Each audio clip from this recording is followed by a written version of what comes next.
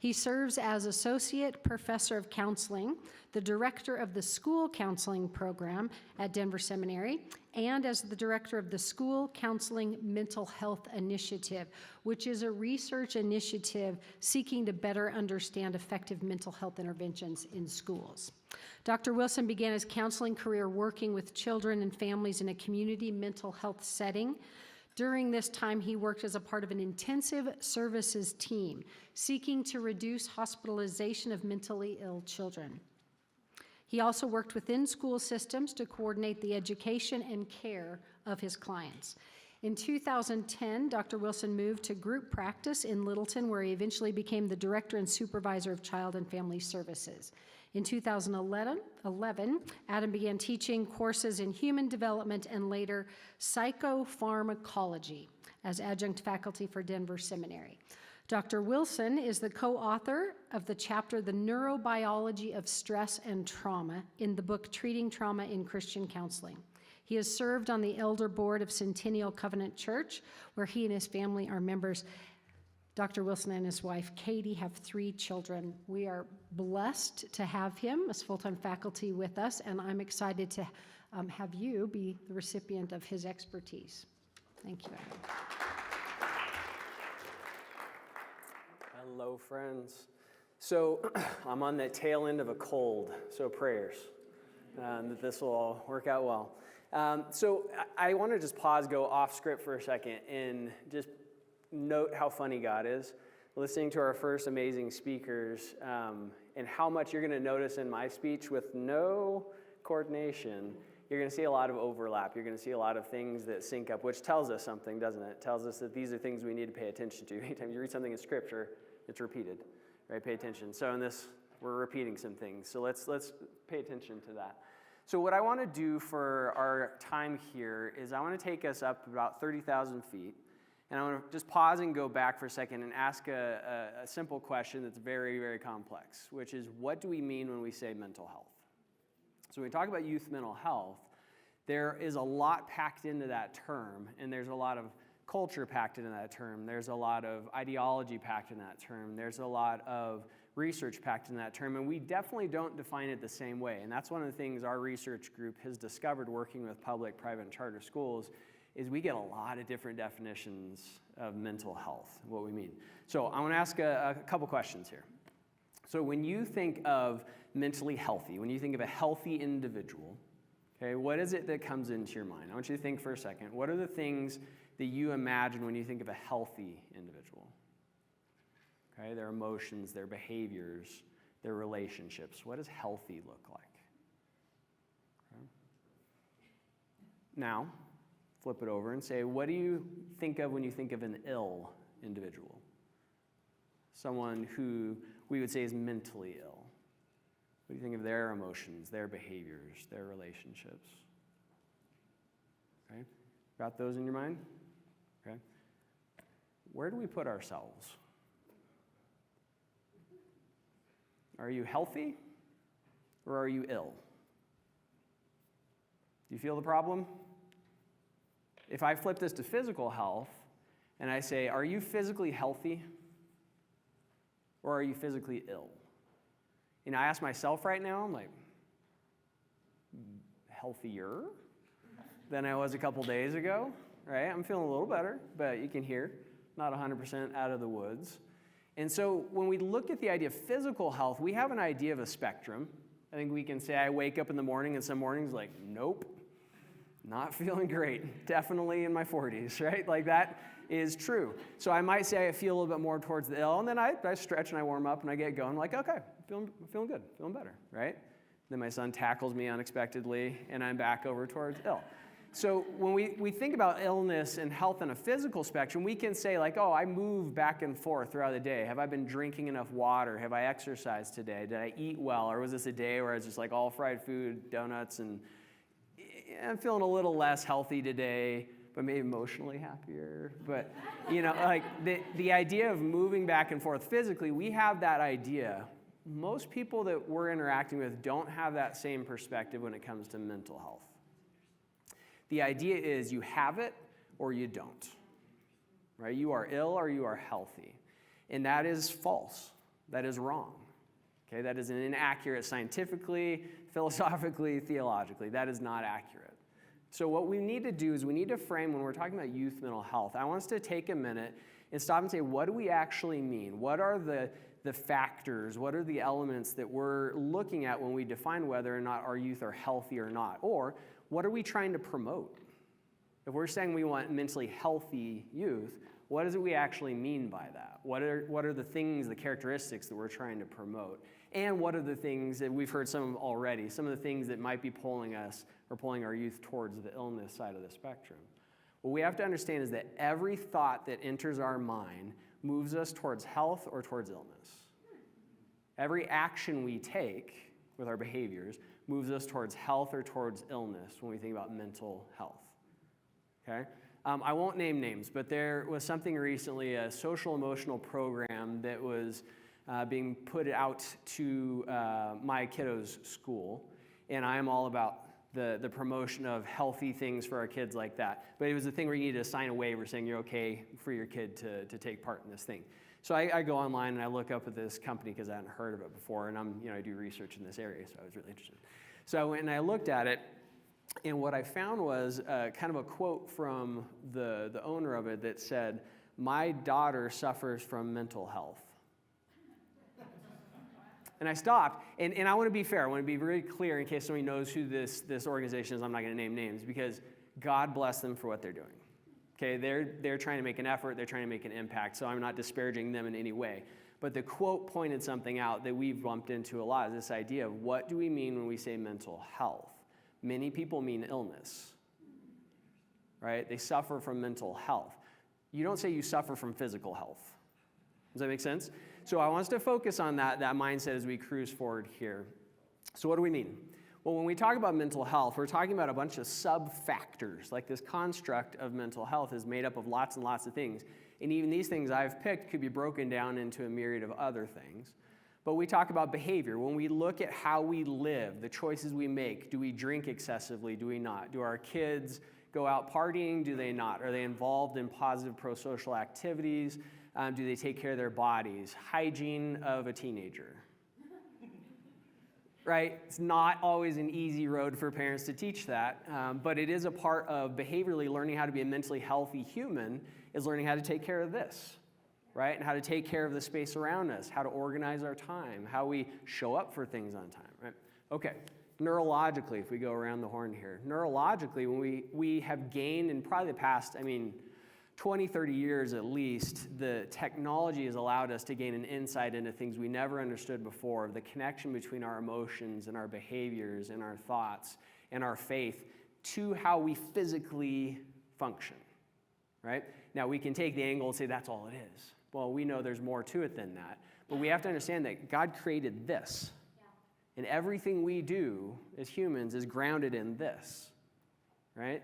This reality, God made a good thing. And so if we can understand neurologically what's going on and understand what predispositions some of us have, and to some degree all of us have towards health or illness, then we can start to understand some of what's going on within a certain human's mental health. But again, we can look at the folks who are born with certain predispositions that land them closer to illness than closer to health right from the get-go. But every single one of us, regardless of our genetic pretty makeup, can move ourselves straight into, with epigenetics, we can move straight into the same illness spectrum physiologically as somebody who was born with something that landed them physiologically in that zone. Okay? All right, keep cruising around. So emotions, when we talk about emotions, this is the one probably most of us think about when we think of mental health, and especially our youth, is like, are they struggling with anxiety? Are they struggling with depression? How are they doing in the way that they manage their emotional regulation? Things of the sort. And that's all definitely a part of it. But we also have to understand that emotion is grounded in our biology, and it's connected to our behavior, and it's connected to the way that we think, right? So our emotions don't just sit over here, and that's mental health. It's just a component part of it. All right, socially. How we do socially, when we look at this idea for our youth, this has been a huge focus for a lot of research related to social media. But when we broaden out, we just look generally, what does a healthy friendship look like for a teenager, or for a 10-year-old, or for a 4-year-old? Right? What does that look like for them to be engaged socially and in a productive way, in a helpful way? We have to understand how development should work, and that's culturally based, and it's family system based, and things like that. Okay. Now, thoughts over our cognitions. This is one, again, we often tie to emotions, but it's really important for us to understand that thought leads to emotion, but emotion affects our thoughts. Okay? Thoughts affect our behaviors, but our behaviors ultimately affect our thoughts. And so, again, we can't isolate it. We have to understand it is mixed into this, and this is a factor of how we do this. And then lastly, but definitely not least, is our spirituality. Now, when we take our faith and we understand the faith of our youth, we have to understand the context of their development. They're in a process, I would say they're half-baked cakes, right? They have the elements, they have all the ingredients, but it's not really formed. It's still in this shape that's moldable, and it's changing, and things impact it very quickly. And so what we have to look at is their mental health is directly and inexorably tied to their spiritual well-being, okay? But understand that somebody can be spiritually very healthy and deeply struggling with their mental health, right? We talked about, I think somebody mentioned earlier, you don't get to separate those things out and say, if you're spiritually healthy, you're good. I'm not. Are you? Right? David wasn't. So when we look at this, I want us to broaden out our view, okay? Mental health is a very complex, and this is simplified. This is a very complex construct we're talking about, okay? Now, another way we can think about mental health is statistically. When we think about what is healthy versus what is ill, we can, to some degree, look at our pretty bell-shaped curve and say, like, okay, if we're looking at anxiety levels, we can say, well, is everybody who's mentally healthy have the exact same amount of anxiety in their life? I don't think that's possible. So we have to be on medication or have parts of our brain removed for that to be true. Because we are responding, anxiety is a response to the environment around us. And things get scary sometimes. And sometimes we overreact to things. And sometimes we're scared of stuff we don't need to be scared of, or at least not to the degree that we're scared of it. Like public speaking, maybe? Right? So when we look at this idea of the average amount of anxiety that somebody has, well, it's not that that's what everybody who's mentally healthy has. We've got a range. It's 68%. All that purple zone is normal, statistically speaking. So some people are less anxious than average. Some people are more anxious than average. But within that, that's still a normal range of anxiety. It's when we get farther and farther out that we start to have dysfunction in our life. It's starting to interfere with our ability to do the things that we need and want to do, the things that God intended for us to do. Now, that could be you don't have enough anxiety. Do we know some of those people? Right? Some rock climbers, maybe? Sometimes they just don't have maybe quite enough. And then there's other people who have far, far too much, and it's debilitating. It prevents them from being able to function in the life that they want to and that God wants them to have. So again, this is a way we can understand illness and health as well. Do you understand, though, that this is fluid? Right? Have any of you ever, don't need to raise hands, have any of you ever struggled with something that probably puts you in a place that is outside the norm, and you, with God's help and others' help, have moved to a place where you're functioning in a far healthier place? Guess what could happen if you've never been there? You will, at some point in your life, move outside of the normal range. Guaranteed. Maybe it'll take, like, if I lost my wife, God forbid, I would instantly move out of the healthy range, okay? Would not be okay for a long, long time. So when we look at this idea, we, again, have to break out that mindset of have it or don't have it. It's a question of where we are on a spectrum. So mental health, then, we can lastly look at it as mental health as a rhythm, okay? The corny counselor joke is normal as a setting on a dryer. There's really no such thing as normal. There is a statistical normal, but in a human's life, normal is really defined by the environment. What's normal for a kid growing up in Ukraine? What's normal for a kid growing up in Russia right now? What's normal for a kid growing up in Littleton? Well, which part of Littleton? Right? What's normal for us is dependent on what's around us. And so in a lot of ways, what we have to look at is the dynamic nature of normal, that it's always changing. And so what we have to look at instead is the rhythms, right? We all go through periods of feeling lower or down. We all go through periods of feeling elated and higher up, right? And typically, it would go somewhere along the lines of this, not that pretty, but when we have a rhythm, just like our heartbeat, you can see it's not a steady thing. That's not good, right? You don't want your heartbeat to look like that, right? We need this, but we need it to be rhythmic. We need it to be consistent. And when we have arrhythmia, is that a word? Okay, if we have that, then we know there's problems at times. Now, something can cause that, but sometimes it happens on its own in some way that disrupts our ability to function. So again, let's keep this in mind. So we're talking about mental health as a rhythm, because I want us to move forward into looking at some of the details of what our research has seen, what we've been looking at in the research out there. And again, I just want to point out that God's hysterical, that you're going to hear some things that tie into what our previous speakers have talked about. But first things first, mental health is not something you have or don't have. Do we have that? Yeah. Is that making sense? Okay. All right. So let's look at a few more numbers. Some of these are going to sound a little bit familiar from previous speakers as well. But first, if we look at this is like a teeny tiny little set of data that I just pulled out for the sake of making a few kind of points to orient us here. So one is in the US, where we currently are grounded here in this conversation. 10% of kiddos between the ages of 3 and 17 have a diagnosed emotional disorder. Now, we say emotional disorder, those psych nerds in the room, that's your DSM, your Diagnostic Statistical Manual, right? These are things that can be diagnosed based off of certain criteria. So if 10% have a diagnosis, do you think that's how many actually have this level of struggle? No. That's just the number that we can identify that's been diagnosed officially. How many kiddos are out there that aren't diagnosed, right? Okay. So we know this number is pretty high. And again, 10%, you say like, well, that's relatively low. Think about the population numbers and multiply that by that. And that's not a small number of little humans, right? That's a large number. 1/3, back to ACEs here, are adverse childhood experiences. 1/3 of these kiddos have experienced at least one adverse childhood experience. Now, one thing to say about the ACEs, it is traumatic things that probably most of us would think of as traumatic, so physical abuse, neglect, sexual abuse, things like that. Could be things like loss of a parent. Could be things like going through a really nasty divorce. But it's also things like bullying that probably a good chunk of us in the room experienced at some point in time. We might not think of it as a trauma per se, maybe we do, but maybe we don't. We're just like, oh, it's middle school. Right? Middle school is in ACEs. No, that's not. Could be. But what we want to look at instead is the idea that when we go through periods of high stress, for whatever reason as a child, and it's a stress that goes beyond our ability to cope, that's when we would call that an ACE.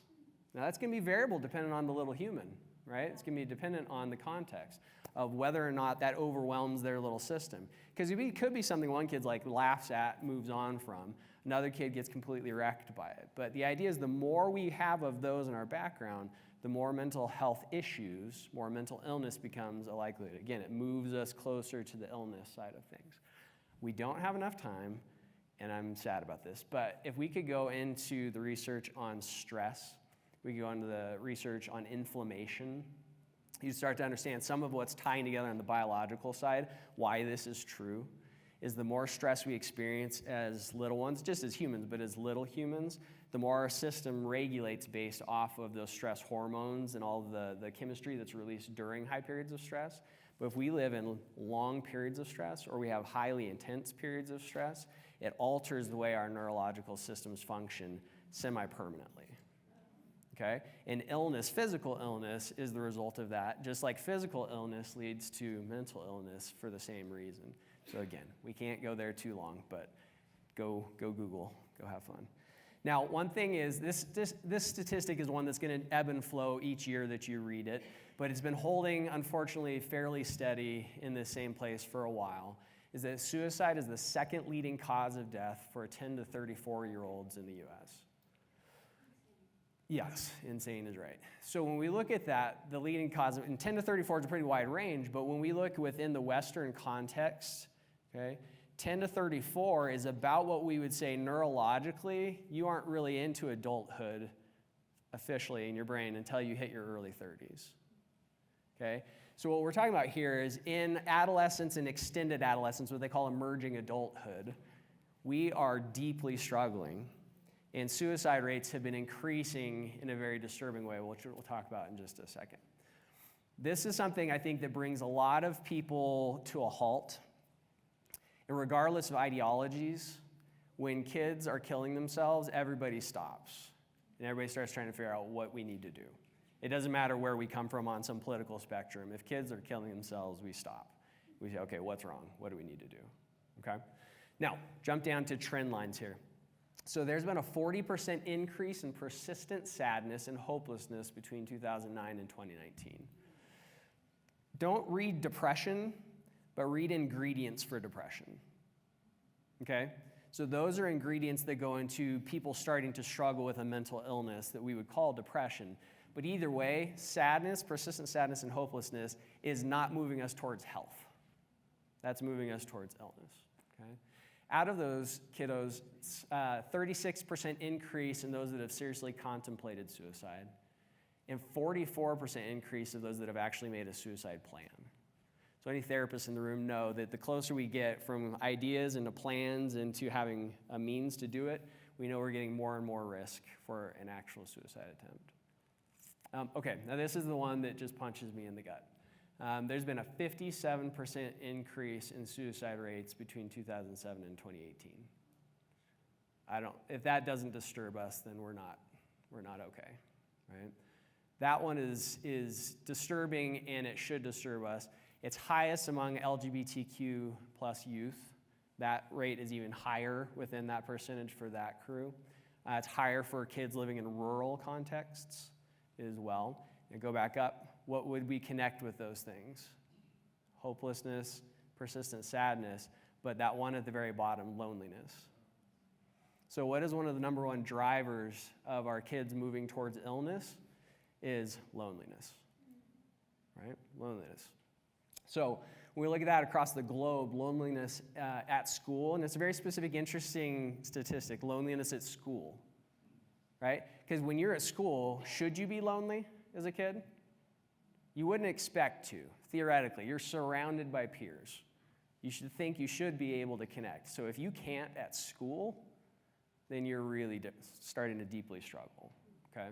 So since 2012, that's been on the rise.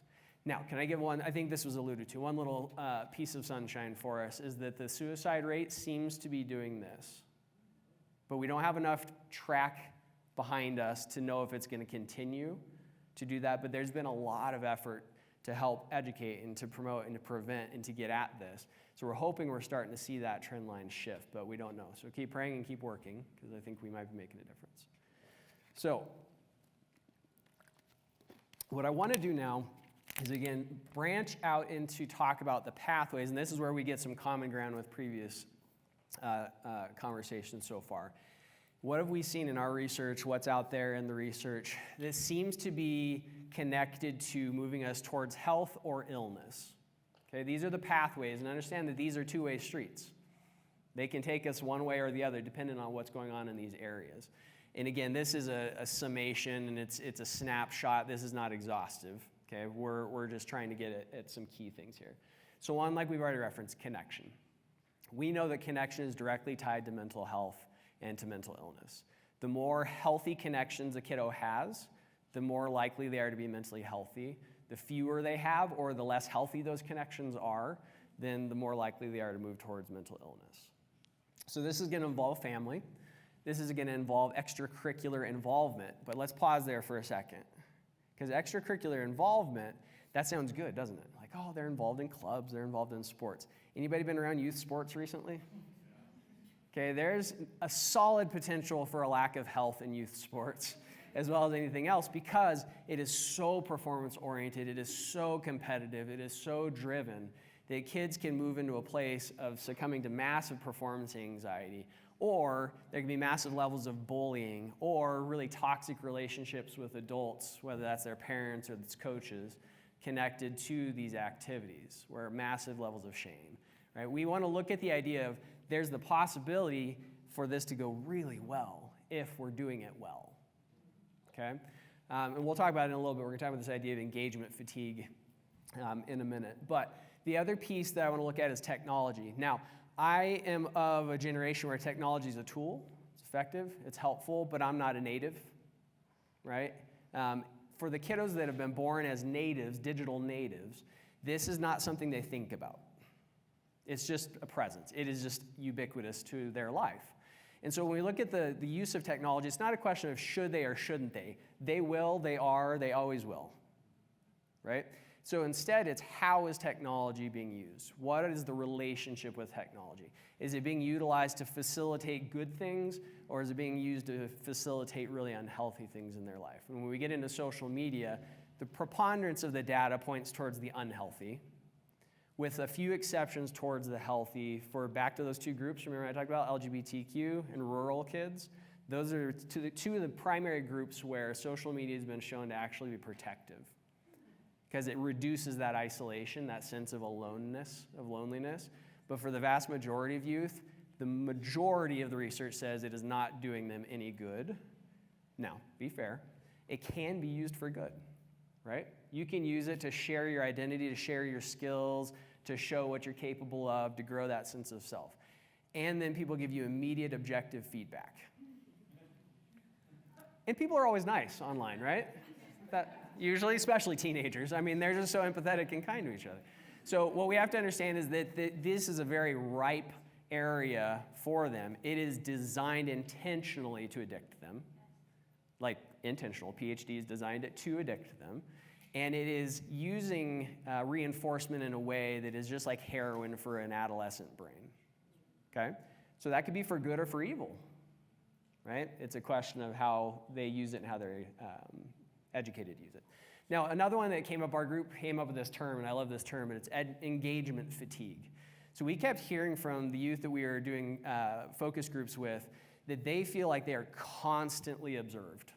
And that means 24 hours a day, because it used to be when you were at school, everybody's watching you. We all remember that as teenagers, right? Everybody's watching you. When you're on the field, maybe, like the coaches are evaluating what you're doing.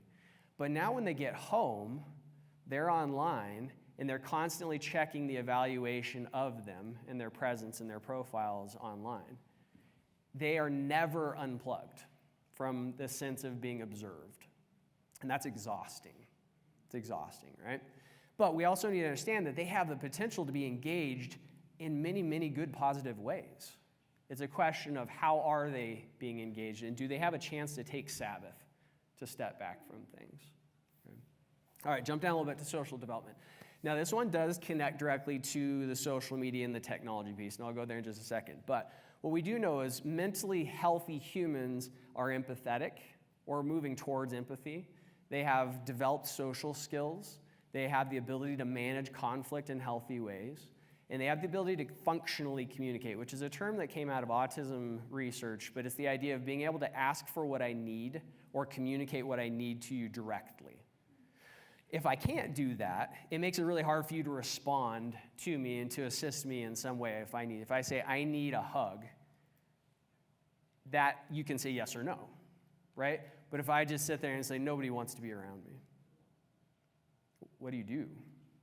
I mean, you might be able to step in and say, like, no, I want to be around you, but it's not clear what I'm asking for, because maybe I don't want you to be near me right then.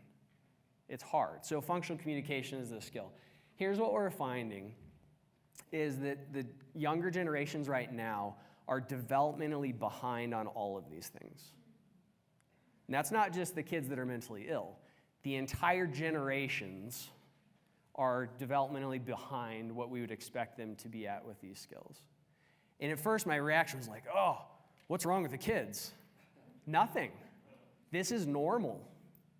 Do you understand that? Bell-shaped curve? That's normal.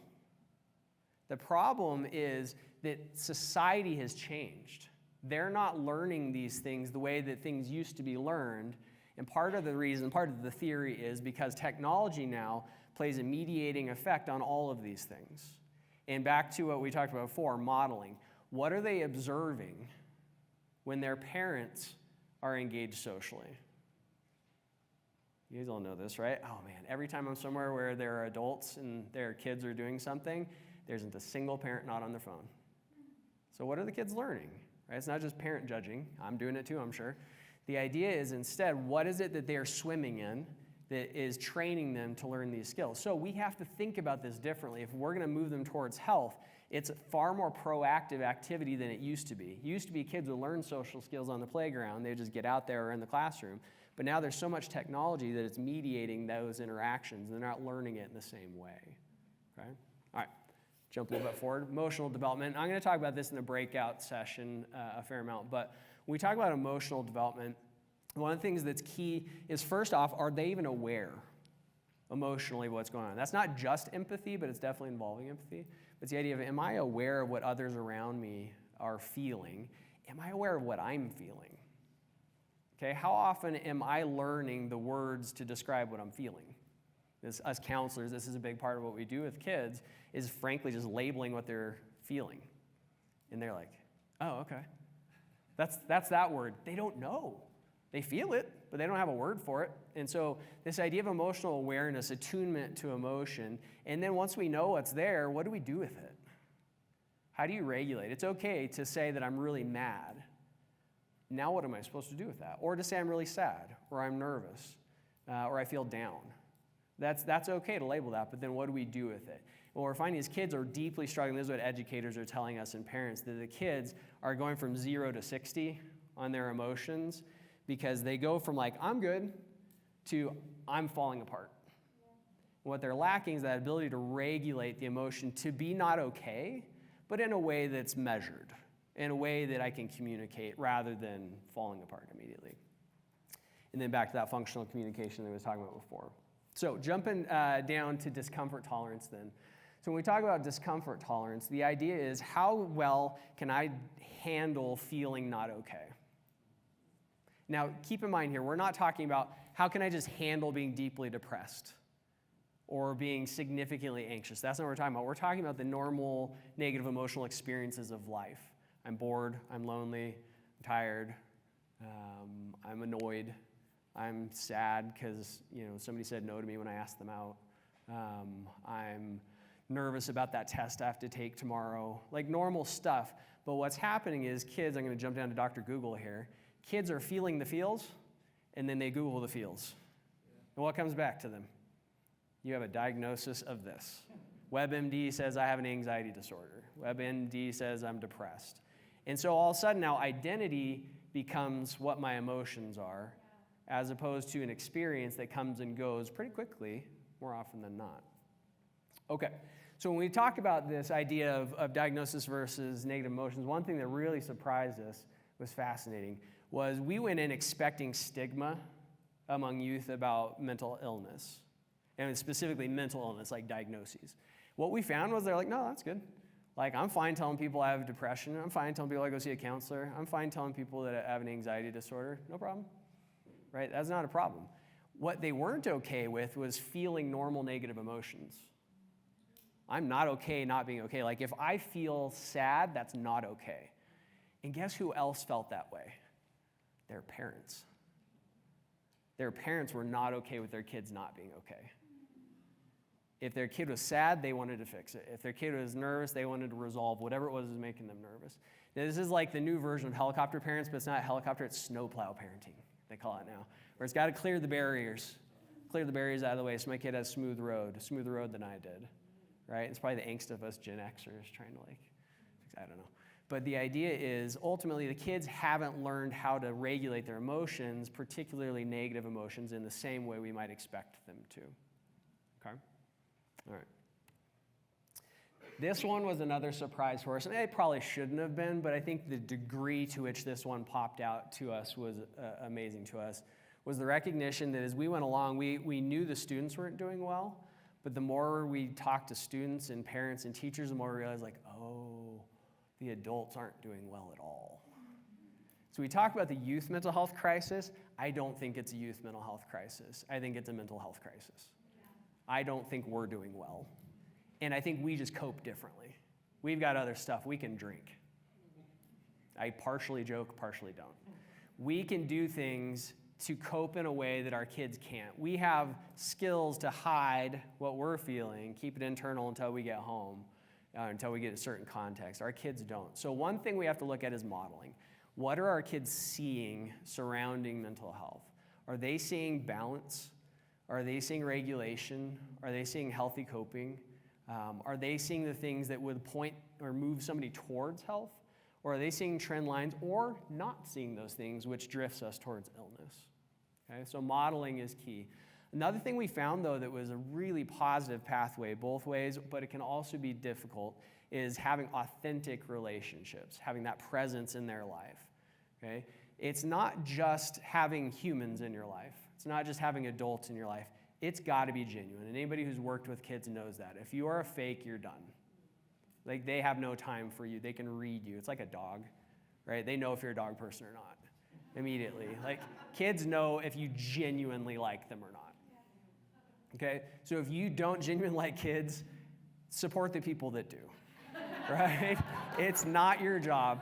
But ultimately, it's about authentic. You have to be real, and they have to have the chance to be real, which goes back to the idea that Dr. Sandusky was saying, that you cannot be reactive when they drop stuff on you. You have to be okay with it, because it's not about you, right? They need to know that you can handle whatever they put out in front of them, okay? And then your presence is what's going to help them start to regulate. You co-regulate off the people around you. Another thing that we had to look at for the adults was there are some pretty broken expectations among some adults for their youth, whether that's around sports, academics. The idea that you have to have a 4.5 GPA to get into any college that's worth getting into is just asinine. It's just ridiculous, but it is being promoted by colleges. Right? It's competitive. It's marketplace stuff, right? We're better. We're competitive. We have a lower acceptance rate, right? You have to get this level of ACT, SAT. So the idea is the pressure is real. But also, if we have realistic expectations for our kids, it is actually really good to push them.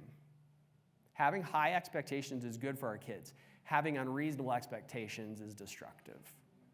Okay? So this is something that we have to pay close attention to. Now, another one is, and this is for the folks in ministry, the folks in kid work, is empathy is key, but it needs to be boundaried. What we found is folks that were empathizing with kids and they were emotionally responsive to the kids in these moments of crisis or emotional kind of vomiting. What happened was the adults were burning out left and right and falling apart because they're taking on all of that pressure and it never stops. It never stops. So there has to be a level of boundaries of where you end and somebody else begins. How you're a part of a team. It's not one person saves. And so I always tell our counseling students, take off your cape.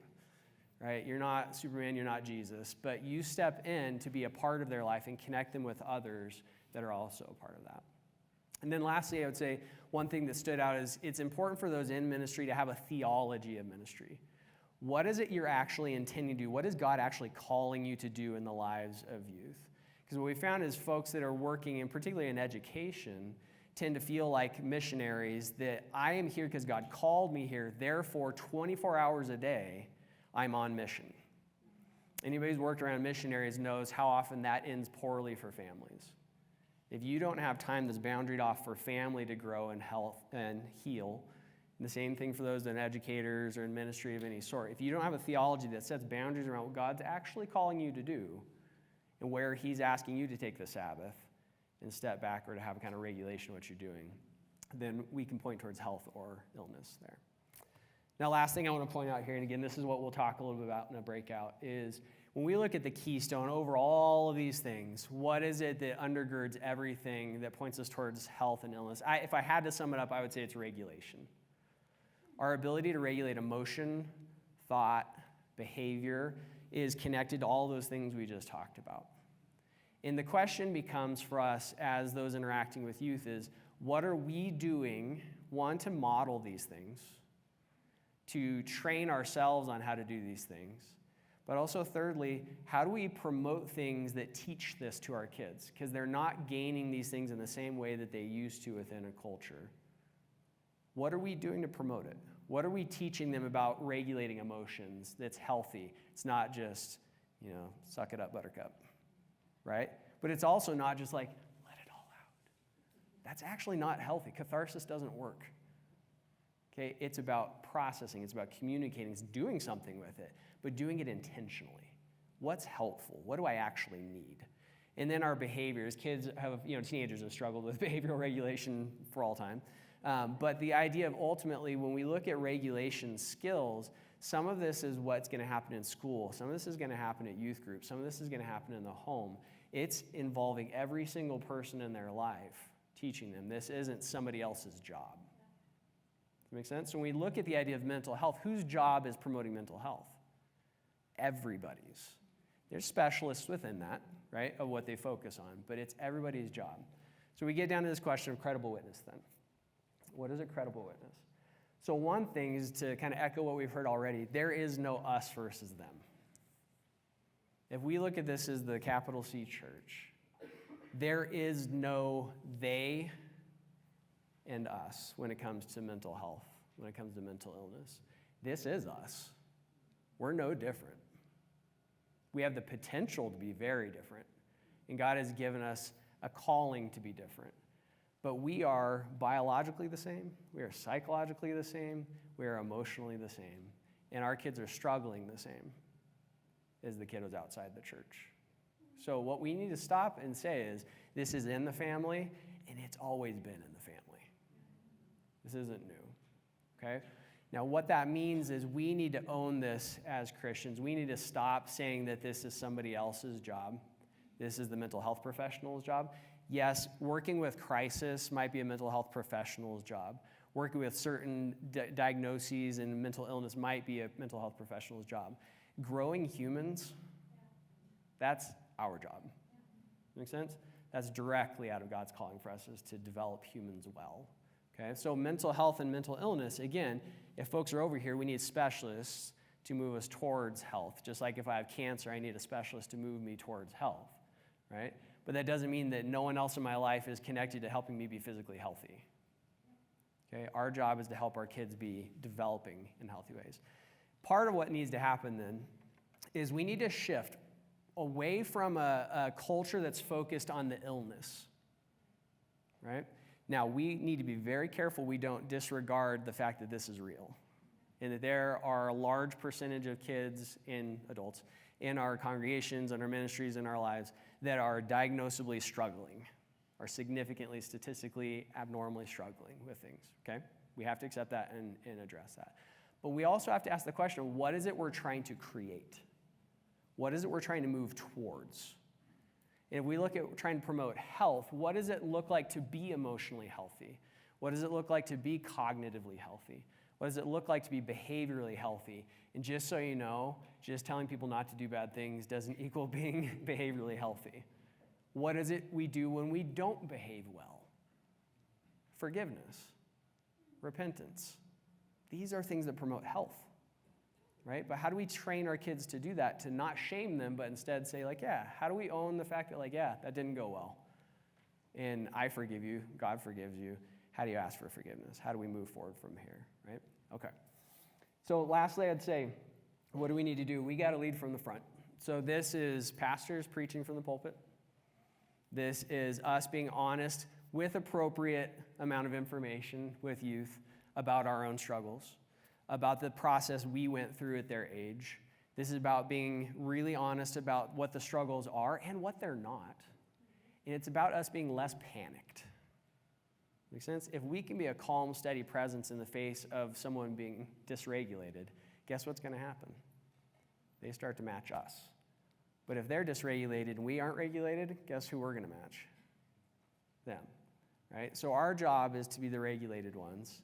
That doesn't mean perfect. It means that we move towards regulation to help lead from the front. We don't expect others to do this. Wherever position you are in, whatever role you play, you lead from the front.